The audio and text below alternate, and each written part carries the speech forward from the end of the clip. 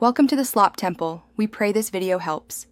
You start by confirming prerequisites, update Visual Studio Code, and back up your settings files. Once done, launch without extensions to isolate errors. This tells you if core app or an extension is at fault.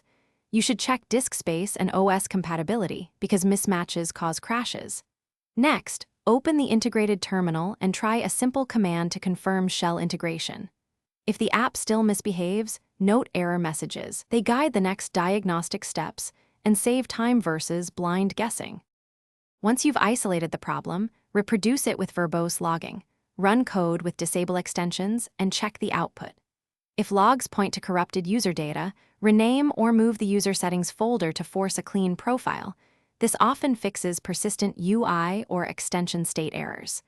Make sure to export your extensions list first so you can reinstall selectively. If files are damaged, reinstall Visual Studio Code. Choose a fresh install to replace broken binaries while keeping your backed up settings for recovery. You finish by restoring a working environment. Re-enable extensions one at a time, testing after each to find the offending module. Once stable, restore settings selectively rather than wholesale because a single setting can reintroduce the issue. Make sure to open Help Toggle Developer Tools and inspect the console for runtime errors if something returns.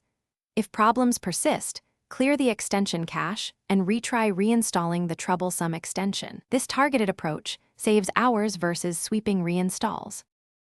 Thanks for watching. Consider subscribing if we helped you.